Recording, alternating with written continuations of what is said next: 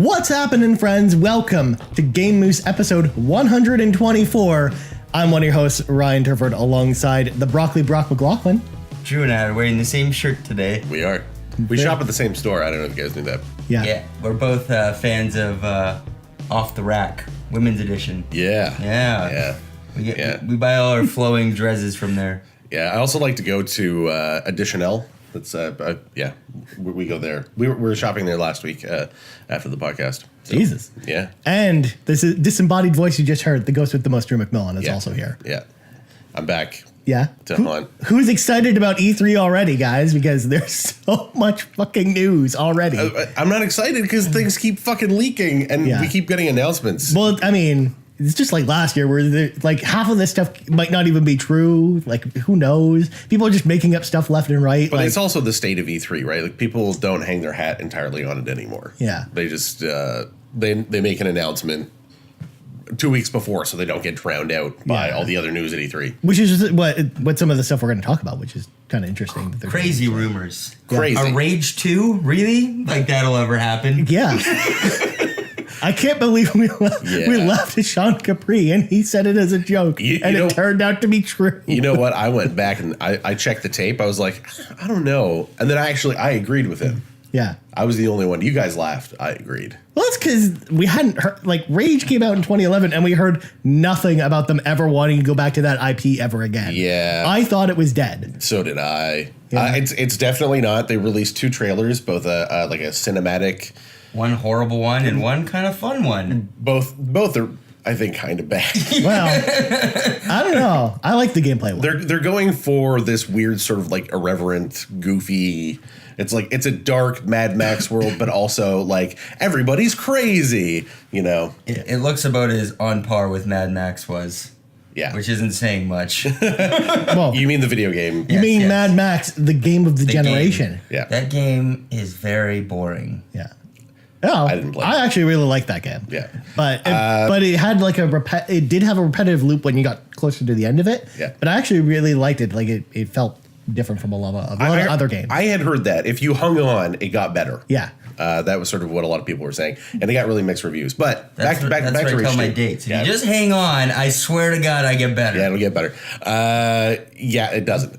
It's all downhill from there. It really is. So Rage 2, weird. It's got obviously they're doing something different with this than the other one, in so much as that they're trying to set up a different sort of flavor to the world. Last one had a very sort of like grim self-seriousness to it, and this one it's the future and everyone's gone crazy, and there's weird stuff like people getting launched out of catapults and then getting hit by baseball bats and stuff like that, and but also still like people wearing like football shoulder pads with spikes on them. To be fair, that happened in the first game. Yeah, no, I'm not disagreeing with you. That's the same. It looks a lot like that part Just is, yeah, with road people. Well, yeah, There's the driving is back. They showed some cars. Yeah, well, and the driving was in Mad Max. That was a big part of that game. Yeah, was the car combat and walk driving across an empty desert. Yeah, that would be too boring. Yeah. So that's why, like, I think that if there's first of all, we should mention that Avalanche Studios, the reason why you referenced Just Cause is that Avalanche Studios, makers of Just Cause and Mad Max, are making this game in collaboration with id. We don't know how much involvement id has. It might just be they led them the IP and then put their name on it. But we don't know how much mega texture technology is in this game either. Right. We don't know. Do we even know the engine? Is it the Just Cause engine? We don't know. Yeah. We literally know nothing about it because Pete Hines said, this is all you're getting for now, and we'll talk about all that other stuff at E3. Okay, so Pete Hines being the PR rep for Bethesda. Please be excited for E3. Yeah. So a lot of bright pink, a lot of Andrew WK. Yeah. Well, isn't that what you want in your video game? Andrew WK in pink? I do that like sounds like Tony Hawk's American Wasteland. Yeah. I do like Andrew WK. With crazy people. It just, I don't know. Brock and I were talking about this. The first trailer especially just the first trailer was so off-putting and so bro-douche. It just seemed I don't want to play the game. Yeah, it seemed corny as fuck. It really did. Yeah. It seemed really, really cheesy. I mean, they tried to do what they did with Wolfenstein's trailer last year, and I think this time it fell flat. But again, when I saw the gameplay, I was actually really intrigued. I'm like, man, this looks like it could actually be a lot of fun. Wolfenstein's trailer last year was one of the greatest trailers of all time. Yeah. Like that was I watched the trailer like 8 times. Yeah, it was so good. It's like they went to Google and said, "What is punk?" It was so cheesy. Yeah. So cheesy. So we do know that the game will come out in spring 2019. That's what they said. And again, we'll see more in detail at E3. Pete Hines, fun fact, they decided to actually announce this earlier than anticipated because of the Walmart leak, the great Walmart leak of 2018 that we talked about on the show last week. And according to Pete Hines on Twitter, he's like a no bullshit kind of PR rep, which is nice. Yeah. He basically outlined, look, we were actually going to start teasing it this Friday, like of the week that just passed, and then it would have been announced on Monday. But we kind of already had the trailer anyways, and because it got leaked, we just figured we'd just roll with the punches and go for it. So it sounds like it was just announced a week ahead of, like a week earlier, but they weren't going to save this one for E3, where it sounded like a lot of people on the internet were convinced, they only announced it before E3 because of the leak. They were planning on announcing it before the E3 for some reason. So that begs the question, guys, before we move on. If they were already going to announce this game before E3, what is Bethesda showing at their press conference? They have to have something. I'm pretty sure they have something else besides the thing we're going to talk about later, the Prey. Yeah, I the hear DLC. the music of the Bloodborne playing. The Bloodborne, the Bethesda Bloodborne. The Bloodborne. Yeah, the Bethesda, not the Bloodborne, the Dragonborn. Yeah, Yeah. Fostera or Dovahkiin? Yeah. I don't know, man. I don't That know. one, the one they play on the recorder. You're gonna find out there's not just one but 2 Elder Scrolls Online expansions this year. Yeah. Get hyped, or hold on, an expansion to the Elder Scrolls card game. Yeah. That's Just the one I wrong want. one. Yeah, actually, Skyrim's gonna be able to run on the mini Super Nintendo. Yeah, the SNES Mini. Yeah. No, somehow they'll somehow manage to port Daggerfall to it instead. Yeah. Daggerfall is dope. Yeah. And Daggerfall's a really good game. What if they do? It's broken as fuck, but it's huge. Well, it's a still Bethesda game. still has one of the biggest game worlds ever designed. Well, because most of it was procedurally generated, Right. Or like randomly generated before. So there's all these like random dungeons, and there's like thousands of them. Yeah. A bunch of them are broken and don't work. Well, I mean, that was back in the age where like procedurally generated dungeons were the hotness because Yeah. you had that, you had Diablo, you had a lot of games Because it was that all did about that. volume. Because you could do it, but then nobody said, "Hey, like maybe you should check to see if that'll break." But it anything. was different every time you'd play it. True. Yeah. Well, not in the case of Daggerfall. Daggerfall was pre-randomly generated. It wasn't procedurally generated in the moment. Yeah. So what if they did an HD re-release of Daggerfall? Drew? Would you be excited? Yeah. Of course I would. Daggerfall is a really cool game. There's a giant robot at the end of it. My God. Yeah. I like giant robots. Yeah. I still think though, speaking of Bethesda, besides there could be Elder Scrolls, I'm still thinking Doom 2, even though id is collaborating on Rage 2. I'm pretty sure they've done enough hinting to make it sound like Doom 2 is actually a thing that's happening. But we'll see. Yay. We don't have much longer to wait. We got Maybe 3 they'll weeks. just show us the trailer for the new Doom movie.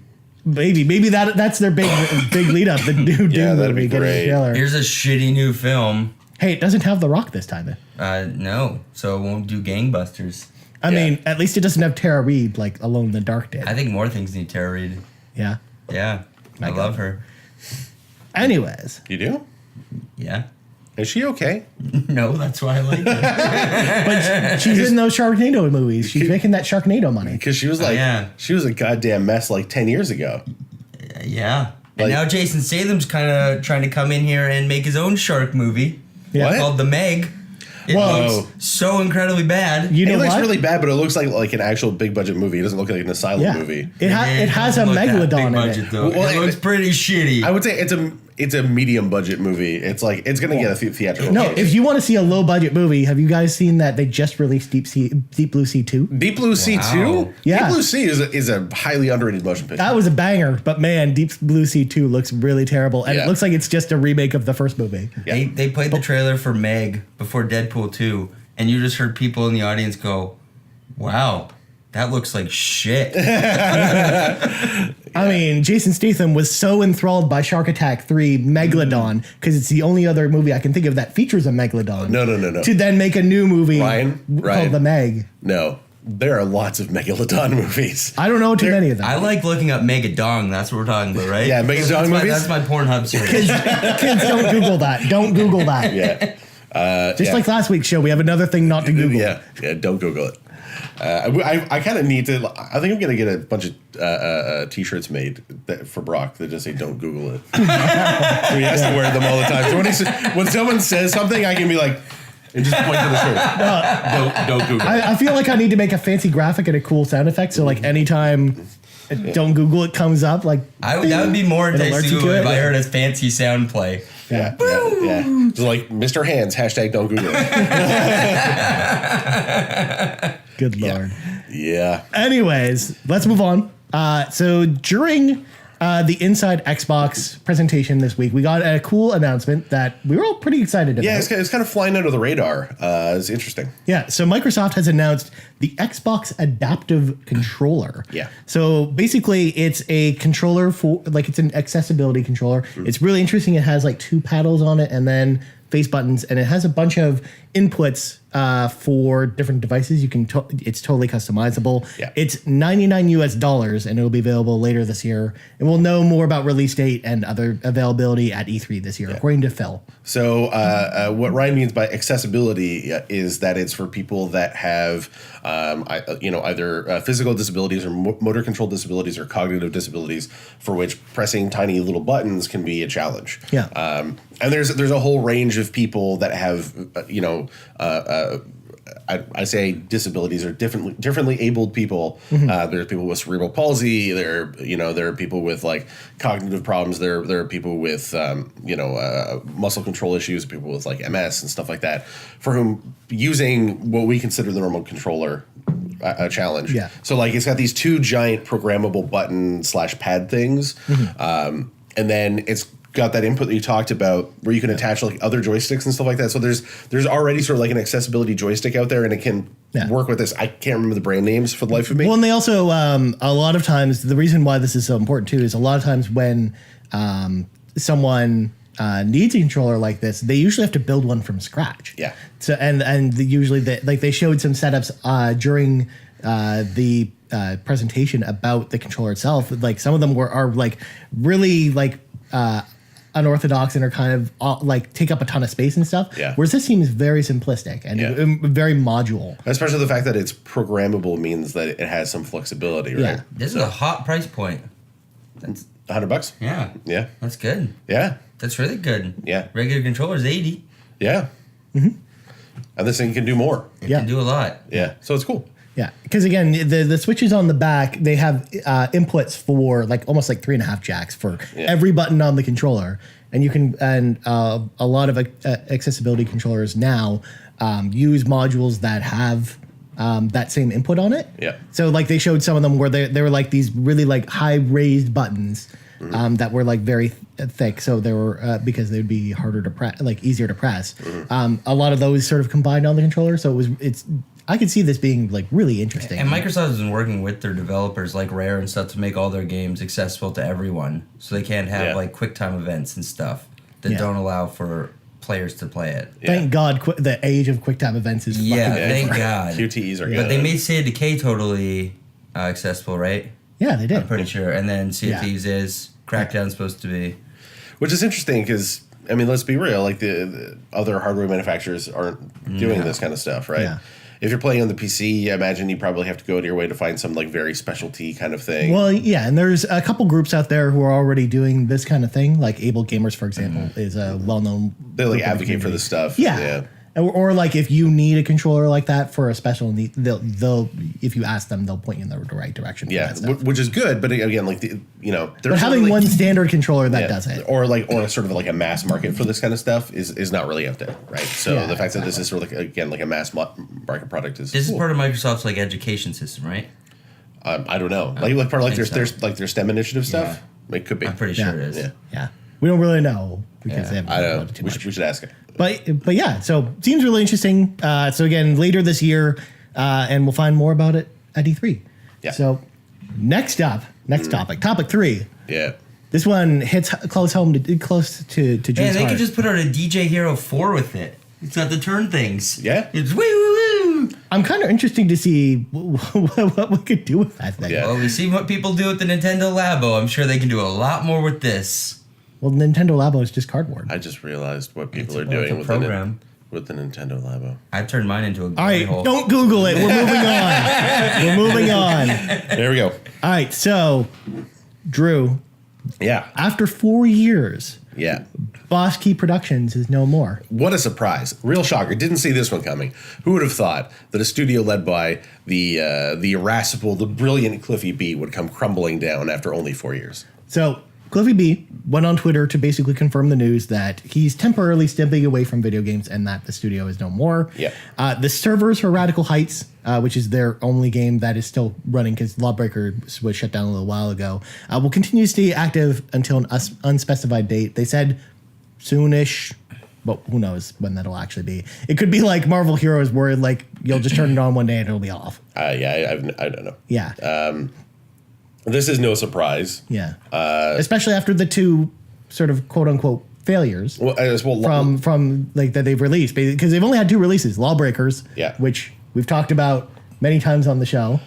I don't know if Lawbreakers failed as much as it did, but the fact that it wasn't doing well and they couldn't stick to it told you that they couldn't, that they didn't have the liquidity to keep going to maintain the studio. I would say I only call it a failure because in the eyes of the community that played it, that's how they refer to it. No, those games are only a failure for as long as you can't keep them going. Yeah. Right? So the reality is that like Fortnite launched like how long ago? Like October. Was it 2 years ago? No. October. No. Like the original in its original form. Yeah, like, it was in like an early access beta form. Well, it's still in early access, but it launched in early access over the summer, I believe. Right. Regardless, like it's been around for a while, and what the form that Fortnite came out in is completely different than what it is now, and what the most popular thing is right now. Because the reality is that its battle royale mode is the thing that's versus the weird horde mode thing they were doing initially, right? So like.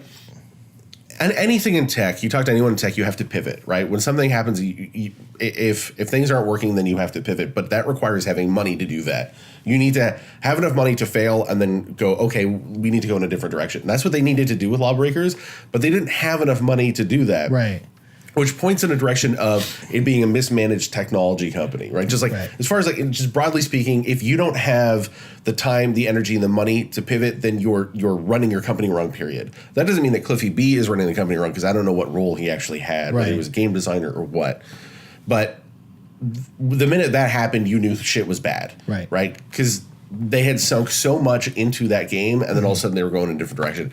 The thing that really tells me how poorly mismanaged this studio was when Cliffy B then tweeted out, "Here are all these games that we are working on." Right. Right. Yeah, they're unannounced the titles that they were trying to pitch to other studios. Right. And it was like, here's some concept art and like a short pitch. I don't know if we got the whole information for these games, but a lot of these games, they weren't games. Like it was just like Donuts, which was like a VR Mario Kart game with cute animals. Mm-hmm. That's not a concept for a game. Like, and that's an idea. Right. Or the one I hated the most. Dragonfly? No, Dragonfly sounded interesting. Yeah. This one is Dog Walkers, originally Project Rover. And why was it called Dog Walkers? Because dog stood for, and I quote, destructive ordnance bracket on the ground. That makes me physically gay. Yeah, like it's just like fear. A 5v5 v5 v5 v5 Zoid-looking walkers fighting it out in multiplayer. That's not a fucking game. Like, what about that makes it a game? And also, like, the whole, like, dog is an acronym for something really stupid just stinks of, like, early 2000 video game We're going to garbage. talk about Stalker in a little bit, Drew. Stalker, Fear, like, all the shit in Gears of War, like, COG. We're the COGs, the Coalition of Governments. It's different. I mean, in a game, like, world, that makes more sense than the name of the game. It's still, like, people don't try to make cool-sounding acronyms in the real world. The coolest acronym ever is in the real world, MAG, Massive Action Game. Shield. Yeah, exactly. Like, it sounds arbitrary and stupid. And I mean, at least in S.H.I.E.L.D., they make fun of themselves all the time for it. It's like, why did you call yourselves that? I think somebody really wanted to call us S.H.I.E.L.D., right? Which is really what they wanted to do in the comic book, right? They wanted to come up with an excuse of why they had, like, a cool, catchy name. And they're doing that shit all the time. It just stinks of, like, just wrong-headed ideas. Yeah. Like, you're approaching things in the wrong way. Well, and the other problem with the two games they released is that they were too derivative of games that were already much more popular and already are the type of games where there can only be so many of them. Like hero shooters, for example. Yeah. There can only really be, like, it was the same problem with Battleborn, where, like, there can only really be one or two hero shooters that are popular, and the rest are going to suffer. MOBA's like the same thing, right? Yeah. Like, the reality is that there are so many layers inside a quote-unquote hero game, period, right? When you have a bunch of heroes and the whole thing is about pitting their strengths and weaknesses against one another in the right combinations, right? Those hero shooters do the same thing, just in a different genre. Right. People only have so much room in their head to remember the characters and their traits, right? Like, there's a reason why there's only so many really popular sports in the world too, right? Yeah. They have a lot of rules and they have a lot of depth, and you can play them for a really long time, but that requires like a particular mastery. You're not going to want to do that 8 times over. Yeah. I mean, all of these games are, like, these types of games are time sinks, just like MMOs are the same way. That's why you don't see too many people going outside of the 3 most popular MMOs. Because it's all about that depth, right? I mean, we talked about this on the Battle Royale topic a few weeks ago. It's like, I'm starting to feel like I'm starting to wonder where we're going to hit that point with Battle Royale games. Like, when are there going to be too many of them? And Radical Heights after E3 feels like it's a victim of that. Because Radical Heights was a Battle Royale game when everyone's already playing Fortnite and PUBG. It was a Battle Royale hybrid X Games game. The reality is that, like, to be good at Dota, it takes like 6 hours of practice, let's say every week or something. It's probably more like 20 hours, but the reality is that, like, then people only have so much free time, right? So if it's each one of those games takes X amount of hours per week to become a master, it's how much free time do you have and how much time are you going to spend in other games, and then you're going to stick with the games that have the that have the audience, right? Building a new audience in that space is an uphill battle. So, like, they did everything wrong. It sounded like they had a bunch of cheesy, goofy ideas without any kind of, like, originality or anything really catching. I mean, the concept art was beautiful. The vague ideas are kind of neat, but none of them were doing something that was unique or cool or exciting or interesting. And Brock and I talked about this. Ideas are cheap. Everyone's got a good idea for a book, a movie, a video game. Everybody does. We were just thinking we could move this podcast. We'll record in space. Right. If only we had the money. If only we had the money, yeah. But here's some concept art I drew about saying go in a rocket ship. Well, we can make that happen. We just put a green screen behind us. Perfect. Make space there, and there we go. We're in space. We're making it work. Now you're thinking too practically. You're not thinking like Cliffy B. I wanted to only record in space. Yeah. Just so you can put your water up here, and then it'll sort of float around in space with the zero G. You get the news late, and you'd get the news even later, That's listeners. Right. Yeah. Don't Google that. Yeah. That's my favorite new phrase now. It's good. It's a good hashtag. It sucks. It's just like it sucks that there's a bunch of people that lost their jobs. Yeah. But again, it stinks of, like, again, that this studio was mismanaged. Like, people didn't know what they were doing or made some really bad calls. And as a consequence, a bunch of talented people are falling on their asses, which sucks. But the good news is, it sounds like people like Blizzard said, "Hey, we're hiring 200 people. Reach out to us." Like, and like Cliffy retweeted that. Like Blizzard tweeted that at Cliffy, and Cliffy retweeted it and stuff like that. So hopefully, there's lots of avenues out there because I mean, just like when any studio closes down, there's a couple Google Docs floating around there. I know Mitch Dyer started one. At EA, basically just of lists of like all the different postings. And then people just remove them from there when they've been filmed. Right. For situations like this. Hopefully all these people land on their feet and everybody does well. I hope so too. And I think Cliffy taking a break from video games is probably a good thing for everybody. Yeah. And I mean, I'm sure he'll be back and working on something eventually, but... Yeah. So he didn't start Radical Heights till PUBG had already come out? Yeah. So he just copied it. So he's not a victim of that shit at all. No. He shouldn't have just kept copying other people. Well, he's a victim of... Maybe making a little dragon game you had come up with. Trying to get into a crowded space. Yeah. Yeah. The dragon game sounded, if anything, probably the most unique of all the stuff, right? Oh, it's going to be my Scalebound. Okay, bud. But Scalebound... Didn't work out. Scalebound failed. Yeah. Or Scalebound. Yeah. So make people always upset about that. So I'm sorry to all the people that lost their jobs. That really sucks. I'm not sorry to Cliffy B. You got everything you deserved. You hack ass fuck. I'm just going to shake my head at you. I really don't like Cliffy B, in case you haven't gotten that. Fair enough. Yeah, you've mentioned this many times over the course of the year. Yeah. For our super fans at home, if you want to cut a clip of every time Drew says, "Fuck Cliffy B," I'm going to make it my ringtone. Yeah. I feel like there's more instances of you saying fuck Payday 2 than him saying fuck Cliffy B, though. I don't know about that. Let's find out, super fans. Yeah, find out. Anyways, let's move on. Google that. Def's at me, yo. So, Brock, you and I played a game this week. Yep. One of us really liked this game, and one of us did not like this game at all. One of us is neutral on this game. Ooh. Who hasn't played it? So it's called State of Decay 2. It's called State of Decay 2. You'll find my review up at game-moose.com. I gave it an 81. I called it great. Reviews, though, as pointed out by us on the couch, the reason I wanted to segment that out, are all over the fucking place for this game. They range from 35s to 92. It's just like, it's all over the place with this game. It makes me feel like I'm playing a really broken PUBG. Yeah.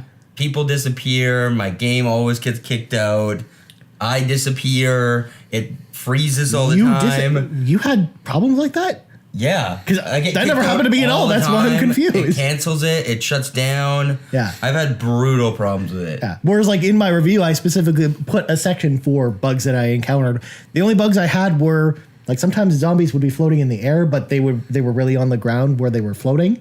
Or sometimes the door would appear to be open when it was actually closed. This is a really... That's it. That's all I had. If you want easy achievements, there's so many in this Oh my game. God, yeah, it's and so they easy. pop up like crazy. Yeah. I got 20 in an hour span the other day. But nuts. I put this in the review because this game is all about replayability. Mm-hmm. You have to play the game 4 times in order to get all the achievements. Which is weird because there's no story.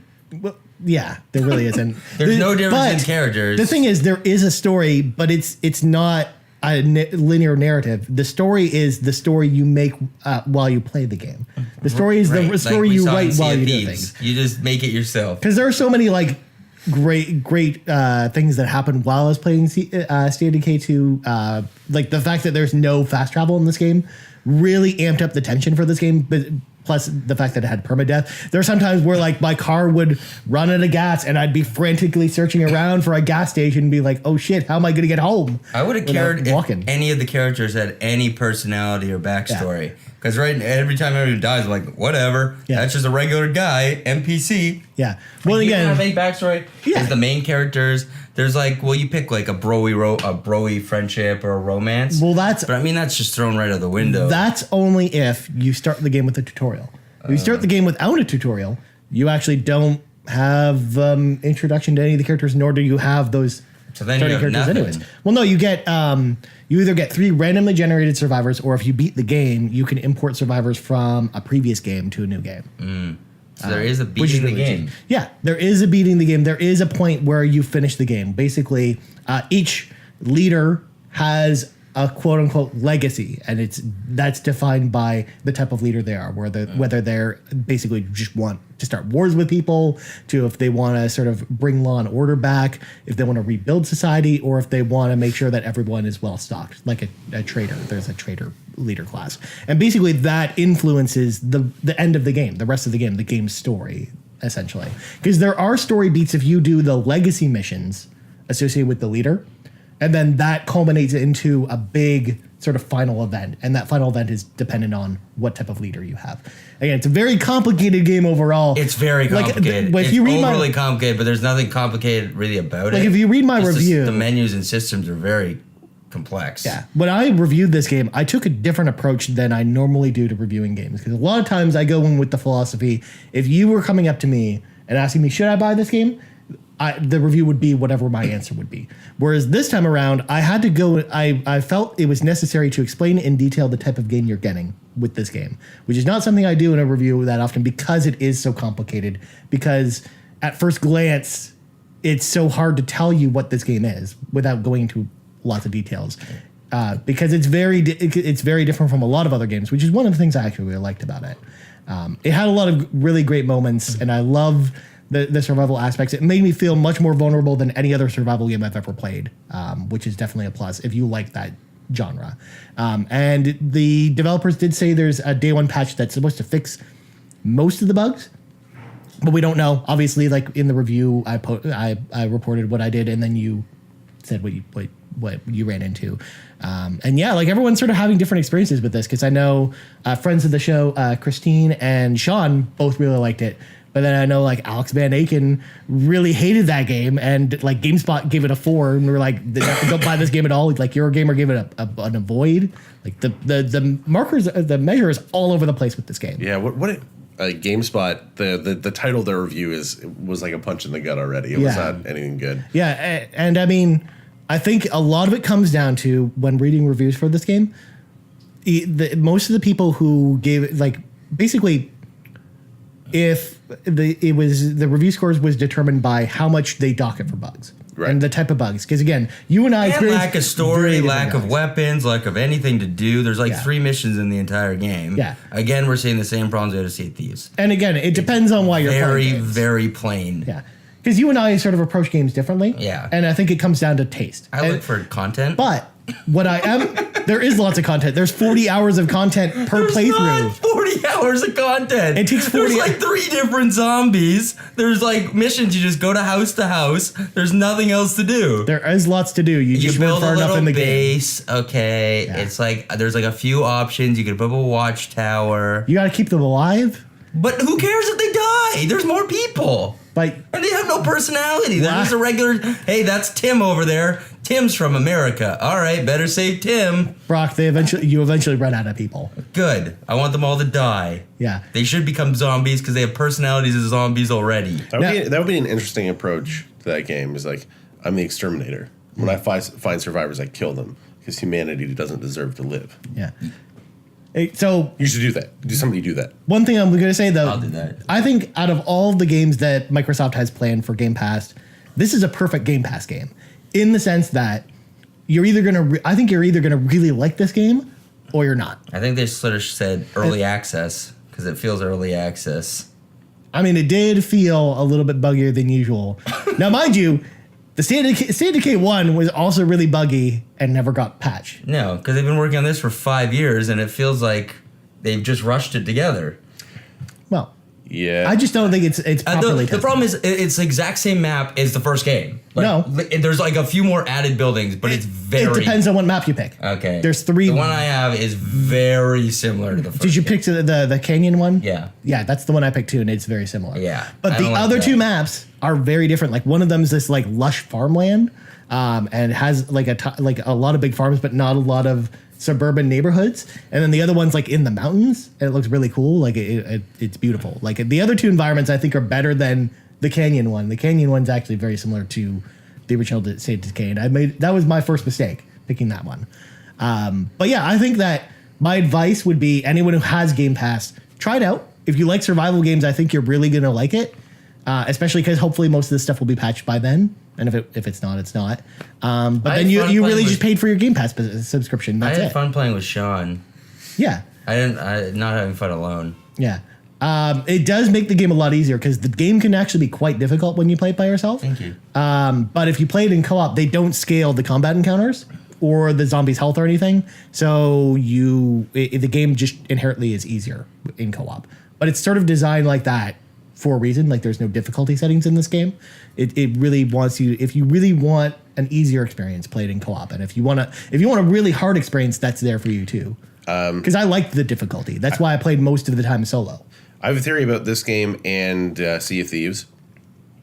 I have a feeling that both of these games were developed at a time, or development was started at a time where Microsoft was heading in a different direction, like Phil hadn't taken over. Well, especially State of Decay, because that was announced right after the Xbox One event, like reveal event. Yeah.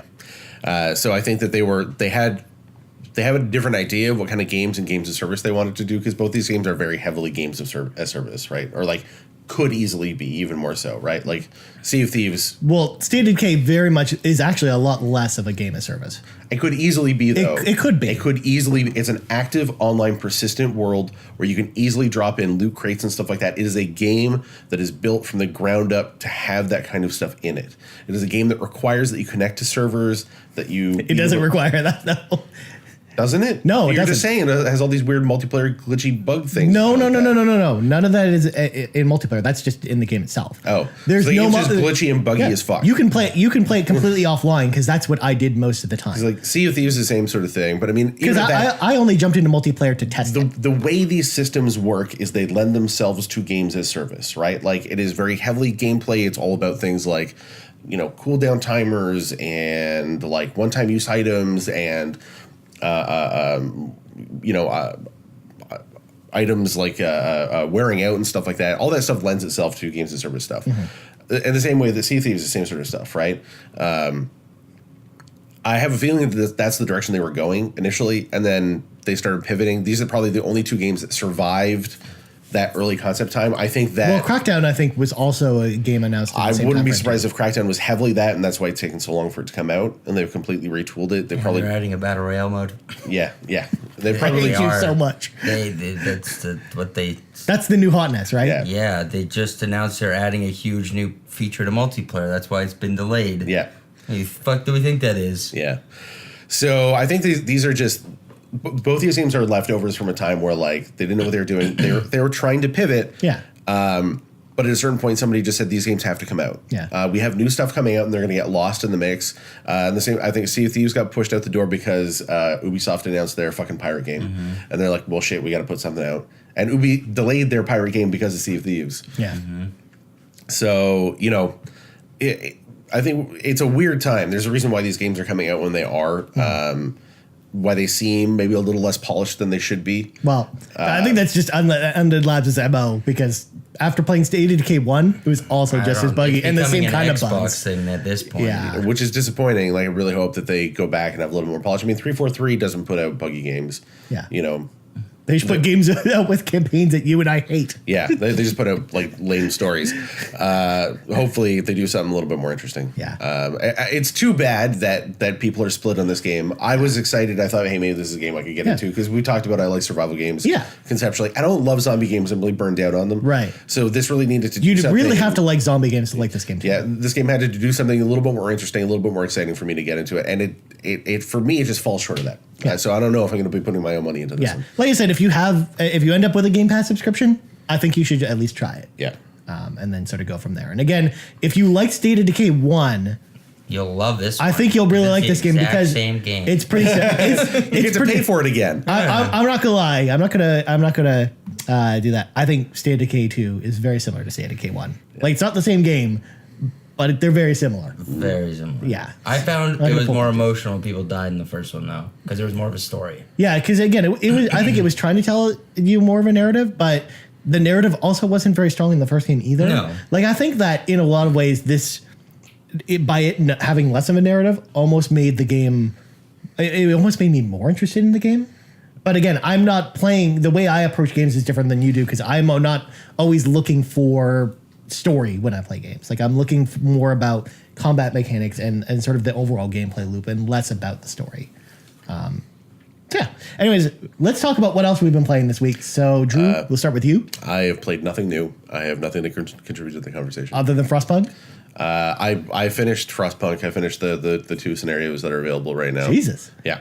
I can't believe you got nothing for me. No, it's a good game. It's really fun. The biggest problem with the game is if you're going to go play it, know that you're going to fail a few times, because knowing what's coming in the scenarios actually helps you. It lets you plan a little bit better for what's going to happen, because they're like these sort of like quote unquote random events, and they kind of throw shit at you. But if you start planning a little bit earlier, then it makes your life a little bit. This is the same team that made This War Is Mine? Frostpunk? Yeah. It's 11-bit. It's the same. I don't know if it's the same team, but it's like the same publisher. I thought it was developer. the same team. I don't know. Oh, I don't know if it's the same team. I think it is. It's a really cool game, though. It's really neat to see a city builder, like a genre like city builders, that has something that has this sort of like level of uniqueness to it. Yeah. Has a very cool look to it too. Like it's a really pretty game. It's a lot different than a lot of other city builders. Oh yeah, very much for so. sure. Like, it definitely stands out. Yeah. And if you want to hear Drew's thoughts about that, go back and listen to last week's episode. Versus like the other the sci-fi city builder I played last year, which I really didn't like too much. Right. Avon Colony. Avon Colony. Yeah. Right. The same sort of thing as a city builder, but it does things a lot differently. it makes it more interesting as opposed to less. So. Right. It sounds really cool. Yeah. I would hate it. Yeah. But it sounds really cool. Yeah. I like how depressing it sounds. Yeah. Yeah. Lots of people dying. Yeah. Broccoli, what have you been playing this week? Sure, I got distracted. I have been playing like nothing. Yeah. I downloaded so much shit. Yeah. Yeah. It's that time. Including Divinity 2, which I'm really stoked on. Divinity? Yeah, Divinity 2. It came to... I just got it yesterday. Well, it's on Xbox Game Preview. Yeah. And I downloaded this week when I get to me. Like, I actually really... I played the first couple hours of it because it gives you a 3-hour trial. I really like that game. I'm excited for it to come out. I'm really excited. So I have the full version. Oh, you actually got the full version? The full version. Well, I don't think the full version's on game preview yet because it's like the game's not finished. It doesn't come out till August. Yeah. But I don't know what this is. But it's like you got... So it's the actual full version and not just the 3-hour trial. So I downloaded that. I downloaded Detroit. I can talk about that next week. Yeah. Well, you're not here next week. I'm not here next week. Yeah. No. What else? We'll talk about it when you come back. Yeah. I downloaded some game called Descenders. It's like it's a open world BMX game. Really? But it's in early access. Is it the sequel to BMX Triple X we all wanted? I know. I wish. It's a games of service. I was really high last night trying to play it.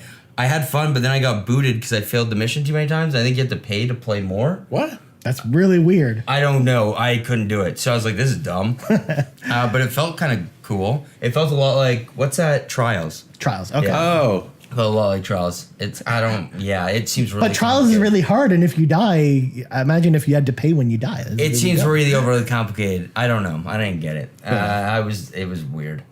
And that's, I think, some Adventure Island game or something. I don't know. Sometimes you played Adventure Island? Wait a minute, the Hudson Soft game?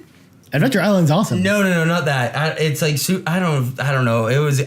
Sometimes there's just games on my Xbox and I don't know why they got there. I was gonna say you downloaded a lot of games. And they're colorful, and I just started playing them, and it was okay. Yeah, there's no Adventure Island. I tweeted about it, saying it was really funny. It was like a really shitty platformer, but I was having a hoot. You know what I just realized? What? I now have like the dream game, the dream sequel / remake I want from Nintendo.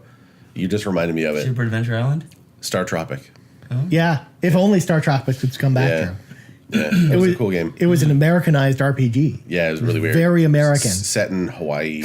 Yeah. Oh wow, that's where I like my RPGs to be set. Like fictional, like tropical islands, and It was also you fight sharks. maybe I can't remember. No, you don't fight sharks in that game. It was also like the Japanese interpretation of what America was like in the 1980s, which is great.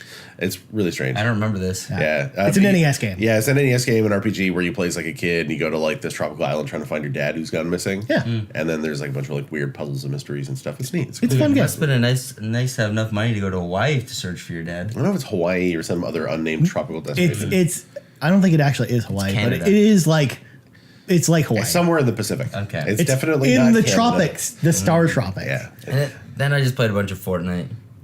As usual. I was teaching someone. Well, how the to play Thanos mode Fortnite is this over. week. Did you get to It play is. as Thanos? Yes, the one time, Cool. and that was it. Oh, speaking of which, One time, and I Segue? died. I died like okay. I saw the thing, so I know all the things. Now. Oh, you know all the things. I get the meme. Infinity Wars. I get the meme. You said The the memes Infinity now. Wars. I don't feel so well. Oh, Please don't spoil the movie. I thought you for went and people. saw it. I did, but I meant for them. yeah, Everyone's fucking seen the movie by now. If you haven't, it's all over Twitter. yeah, It's true. Now I can spoil Deadpool 2 for you. That movie's funny as all hell. yeah. I heard that. It's really good. I really want to know. I mean, so Infinity War, like the beginning of the next movie is just them undoing the thing, right? Yeah, I have a theory Yeah, that Captain Marvel's going to come. And Yeah. they're all going to go back to their original respective movie because now we have the original 6 Avengers. Yeah. Plus Ant-Man. Weird. But I think that's because he's in the quantum realm when the snap happens, so he doesn't get taken. And he comes back. To be fair, Ant-Man is in the original Avengers. No, he's not. He is. He is in the original, like not the movie. Yeah, the original comic. In the comics. In the comics. Yeah, that's what I mean. That's Yeah, what I mean. yeah. Like Hank Pym is one of the Yeah, founding yeah. members of. I mean, And then the heroes are going to go back into their own movies and then reuse the stones and then either die or age, like Captain America, or live because it's Thor. Right. But yeah, that's how they'll kill Iron Man. De-age Chris Evans. Yeah. Make him old man. Yeah. Captain America.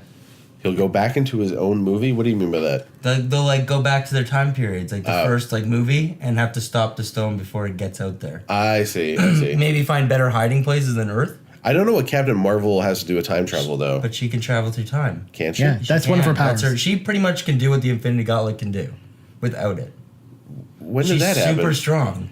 Her whole power was she was super strong and she could fly. She had the powers Travel through time. The modern they're interpretation they're of gonna need Captain Ant-Man and Wasp because now they know how to travel through time too because Right. they're going back to the 80s in the new one. Are they? Yeah. Interesting. Because they have to go find Janet, who's been stuck in the quantum realm for 20 years. Yeah. Janet Van Dyne, Yeah. aka the Wasp. So get ready. And then Hawkeye is going to play a big part. Your boy.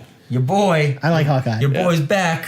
I don't. The Archer with the most. I can't stand it. My it's interesting. My brother Kyle and I were talking this weekend about this. Is that like when I was a kid, my two favorite heroes growing up, Hawkeye and Iron Man. And like no one else back in the early 90s cared about either of those characters. And now it's interesting to see that they both have movies. Iron Man is like a dude who wears a robot suit. Of course, I liked Iron Man. Yeah. Yeah. Yeah. I'm also a big fan of Doctor Doom, despite the fact that I don't like superheroes. I do. I like Doctor Doom. I liked when Doctor Doom had the Iron Man suit. Yeah. That shit was cool, man. He had a cool suit. It looked neat. It was like white and stuff. If you want to know what I'm doing later tonight, I'm listening to the Celine Dion song from Deadpool 2. Yeah. That song is awesome. Yeah. And very emotional. Yeah. I like the Deadpool like halfway through. It's like, no. Celine, you're too good for this movie. Also say about Deadpool 2, because by the time you're listening to this, you probably might have seen it. The trailers, huge misdirection. Yeah. Not like the movie at all. Interesting. Very fake trailers. Interesting. Very funny.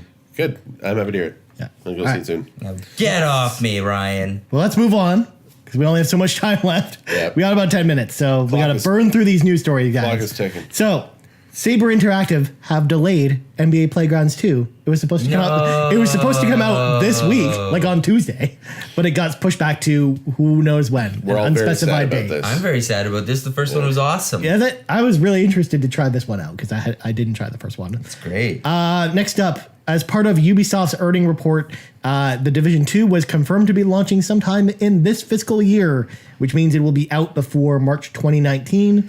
The earnings report also indicated a, quote, unannounced title will also launch in the same window. So we know like some other franchise title will be out within that time frame. And again, as you talked about, Drew Skull and Bones was delayed until the next fiscal year, so sometime between April 2019 and March 2020. Don't Google that, folks. Oh, no, Google it. It's a transformer, but he's Jesus. He transforms into a cross. He transforms into a crucifix. Anyway, continue. So, on the inside Xbox stage, we got a couple of announcements. The first one being No Man's Sky's next patch is coming on July 24th, along with the Xbox One version of the game. We didn't know when that game was coming out, but July 24th. It adds online multiplayer and a whole bunch of other features. Sea of Thieves, everyone's favorite game that Drew talked about earlier, is getting its first expansion, The Hungering Deep, arrives on May 29th, and we literally know nothing about it because we don't know anything about it because they didn't give us any details or anything. They just said, hey, expansion, and then They showed like a cinematic trailer, but the cinematic trailer had nothing to do with the gameplay. It looks like you can now use magic to bring up things from the ocean to attack other foes. Sure. That's about it. They at least showed a character who used his mouth to speak, so that was new. And he had personality. That was also new. So maybe we'll see some characters in Sea of Thieves. I mean, maybe we'll see. Maybe their lips can move with their dialogue. Maybe there will be content in Sea of Thieves. Oh! Wow. Woo! Deep cut. Woo! All right. Next up, Myanmar, aka the Desert Map. It's coming to the Xbox version of PUBG on May 24th. It was in the testing. There was a PTR version of PUBG, and that's where it was announced in the full game. Deep Silver has delayed Shenmue 3, Brock. It will launch sometime in 2019. It was supposed to come out this year. It was never supposed to come out this year. They announced it was coming out I this know, year. it was never coming out. We said this 2 weeks ago. I think you said that. I still didn't believe them. The Shenmue 1 and 2 collection, though, are still coming this year. Yes. As announced. We just don't have a release date yet. Yes, Queen. Yeah. It's also funny, too, because someone else is publishing Shenmue 1 and 2. I think it's Sega. Whereas Deep Silver is publishing Shenmue 3, and it's weird and awkward. Metro Exodus got delayed, too. Yep. The game we saw at E3 last year that Exodus, looks pretty yeah. cool. Yep. Well, and Darksiders also sounds like it's getting delayed too. It was supposed to come out this year cares too. about that? Well, these are all THQ Nordic games. Shenmue 3, a THQ Nordic game, and Darksiders, and because Deep Silver is owned by THQ Nordic. Next up, Call of Duty Black Ops 4 got its reveal event this week. So we know a bunch of new features, and it's about to get weird, folks. So they announced that there's a new Battle Royale mode called Blackout, which we kind of expected. But there are also a bunch of weird zombie scenarios, like one's called 9, and it basically transports you back to like 9-9. ancient Rome, where you fight in the Colosseum with swords and kill zombies. And then there's another mode called Voyage of Despair, which takes place on the Titanic. It's really weird. Yeah. It's really weird. And they confirmed no single player campaign this time around. There will be. I don't like it. That upsets my white rich ancestors on the Titanic. Oh, Yes. sorry. Yeah. It's very insensitive Hashtag to triggered. my history. Yeah. I am. Yeah. The Titanic's not a joke. No. It crashed off the coast of Newfoundland. Sank there. But this game's all about zombies. Very tragic. It's really sad when a bunch of rich white people, like during the Depression, die. You know, it's really, really sad. Like they Doing what they love. do what they love is just being absurdly rich on a giant boat. I don't know if I like where this conversation's going. Hey, Ryan. It's awfully serious. Ryan, What? eat the rich. So, Drew. Yeah. You excited about Stalker 2? I guess. Stalker 2 was announced, Drew. Stalker 2 is coming. Don't we already have Metro? Why do we need Stalker? Stalker 2 is coming in 2021. That's why. Great. Yeah. Sure.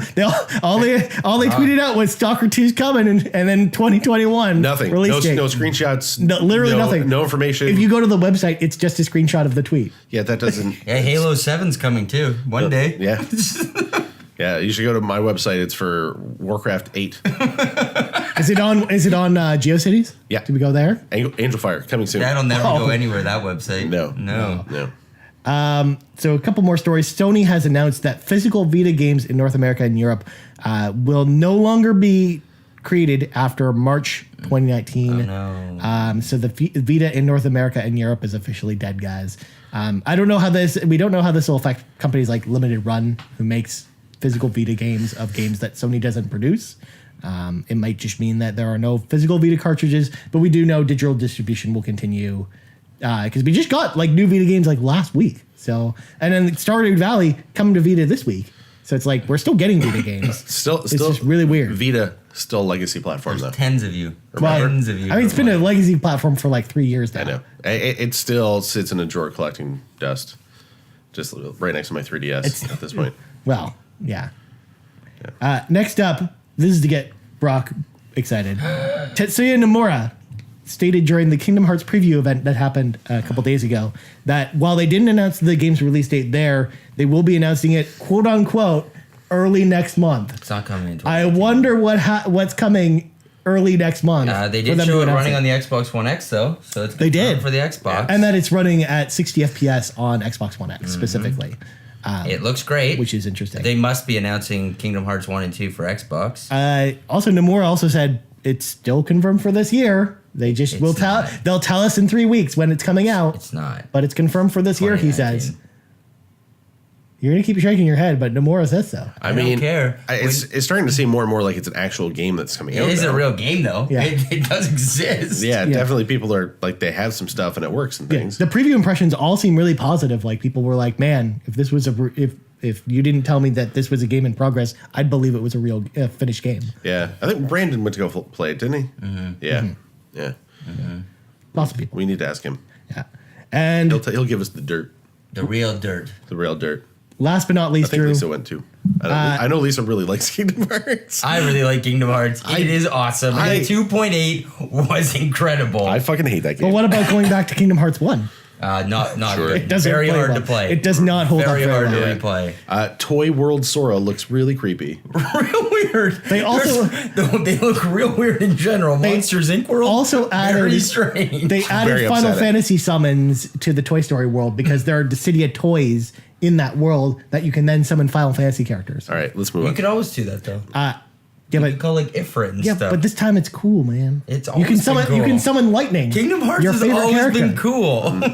No, it It hasn't. has. No. It's always like It's the most convoluted game story of all time. it combines like really weird, creepy Disney fandom Yeah. with really weird, creepy anime fandom. Yeah. And really weird JRPG fandom, mashes them all together, and then people jack off to it. Yeah. It's really weird. Yeah. That's why Upsetting. now you understand why what I Brock do. liked it. Yeah. Yay. All right. I want a Keyblade shaped dildo. Moving on. Last thing. That's what I was looking up. Yeah. Yeah, that's why I'm going to the stage. Last thing. Achievements have been added to the PC version of Prey that seem to basically hint at a new DLC expansion pack or standalone expansion like Death of the Outsider coming to Prey, taking place on the moon. Drew knows all about Moonbase. So Yeah. That's I mean, maybe, I don't know. Do they reference it? I'm trying to remember if they reference the moon base in the game or not. There's got to be a moon base, though. yeah, it sounds like it's going to be a thing. Yeah. Yeah. Get So, They talk about it right at the beginning, don't they? the moon base? Yeah. I think they blow past it. Yeah. I think they set up But the there's world a, as like there's a moment where Yeah. he's like telling you about it. yeah, because they open with basically the history of space exploration in this world. Yeah. Cool. All right, so let's quickly run through the amount of the giant list of games coming out this week before we go. Detroit Become Human out on Friday. Go play it. Look for Brock's review this week as well. Thursday. Since you're not here, I want to make sure to plug that. State of Decay 2 standard version and Game Pass out this week. Bloodstained Curse of the Moon, which I'm very excited about. Yeah. Comes out this week. I think it's on Thursday, the 25th. Stardew Valley comes to Vita. If you own the PS4 version, this is free. So it's awesome. Go play it. Also, the Stardew Valley multiplayer patch is out, and they're announcing it's coming soon to the Switch. It was supposed to launch. No, it's the on Switch now. Is it? Oh no, I don't know if the multiplayer patch is coming. No, the, the the multiplayer- game is already on Switch. The game is on Switch. It was supposed to launch with the multiplayer patch. It didn't. Yeah, But they said it's coming later. it's coming soon. You're right. Yeah. Mega Man Legacy Collection 1 and 2 come to Switch this week. Little Nightmares comes to Switch this Yeah, week. Little Nightmares. I knew you'd get excited about that. Tennis World Tour comes out this week. Dark Souls Remastered out this week. Pixel Junk Monsters 2 out this week. And last but not least, Hyrule Warriors Definitive Edition for Switch out this week. Anyways, before we go, True Plugs go. I'm at D McMillan on Twitter, and go to game-news.com. Check out Ryan's review of State of Decay. Yeah, do it. I'm giving read thumbs up. He wrote a lot of things about it. It's only 3,000 words. Yeah. You got some time. He really pulls the whole game apart and makes some good observations. So read it. Read it. It's worth reading. That's all for me today. Who's next? Brock. Brock, where can people find you? People can find me on Twitter, Brock McLaughlin. Hit me. On my website, Brockstar Gaming, where I haven't been posting fucking anything. Yeah. I don't know. But what you're I'm doing. posting something on Thursday. I don't know what I'm doing with my life. What am I doing Thursday? Detroit, you just mentioned this. Oh, I'll be posting about Detroit. Yeah. See? I might have some thoughts up about State of Decay 2. Just what I like about it. Yeah. I'm just trying to find that. Because next week I'm on a zombie weekend fest. Ooh. So so I'm there. you're doing that. I'm doing that, and I have to go to the sex store later, so you can find me there. 'Cause I might not leave. Are you on Heads Up Daily No. this week? Probably. There's something coming on Heads Up Daily. Okay. I don't know, man. Well, you can tune into I'm that just and a guy. see friends of the show. Well, Camille was hosting yesterday. Camille's on it. Marissa sometimes is on it. I don't know how that works anymore. Yeah. I'll Lots probably of- go on Mixer and play State of Decay 2. That seemed to get a good. Well, Sean's been playing it every night. He has. Yeah. We played it the one night. It was. Yeah, The second night he was like, the whole night he was like, "Where is Brock? Why isn't he here?" Really? Yeah. yeah, what a That's loser. hilarious. All right. Yeah. And last but not least, I you like can find me Sean. on Twitter at Ryan Turford. That's TURFORD. You can also find game-moose.com for all your stuff. I also posted a Let's Play this week of State of Decay, so if you want to see the first 30 minutes of that game, watch me play really badly in the Let's Play. You can go to game-moose.com/video. That's there as well for you. Anyways, for Drew McMillan, Brock McLaughlin, I'm Ryan Turford. This has been episode 124 of the Game Moose Podcast, and we're out.